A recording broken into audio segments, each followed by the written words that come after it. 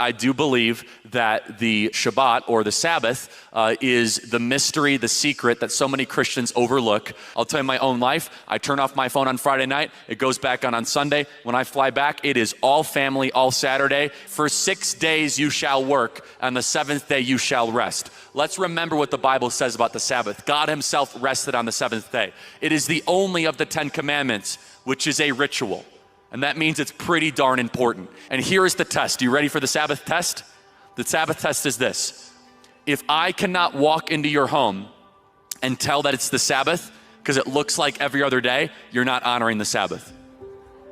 If it looks like every other day, then you aren't dedicating one day to God. Yes, you should give money to the church. Yes, you should give money to charities. But I'm challenging you, give one day, give time to God.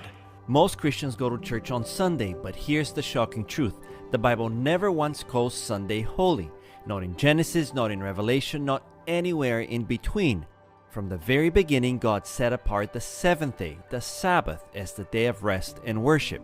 He blessed it, sanctified it, and wrote it into his 10 commandments with his own finger. But nowhere does he transfer that blessing to the first day of the week. So where did Sunday worship come from?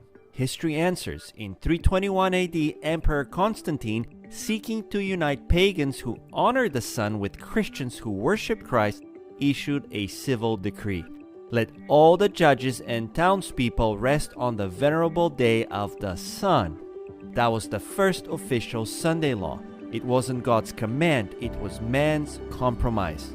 Over time, the Roman Church adopted and enforced this practice, replacing God's Sabbath with a tradition of man. And today, most of the Christian world follows it, often without realizing the true origin. But God's word hasn't changed. The only day he ever called holy is the seventh day, the Sabbath, Saturday, a day rooted in creation itself, reaffirmed at Sinai and kept by Jesus and his disciples. So the real question is this: will we honor God's command or human tradition? The choice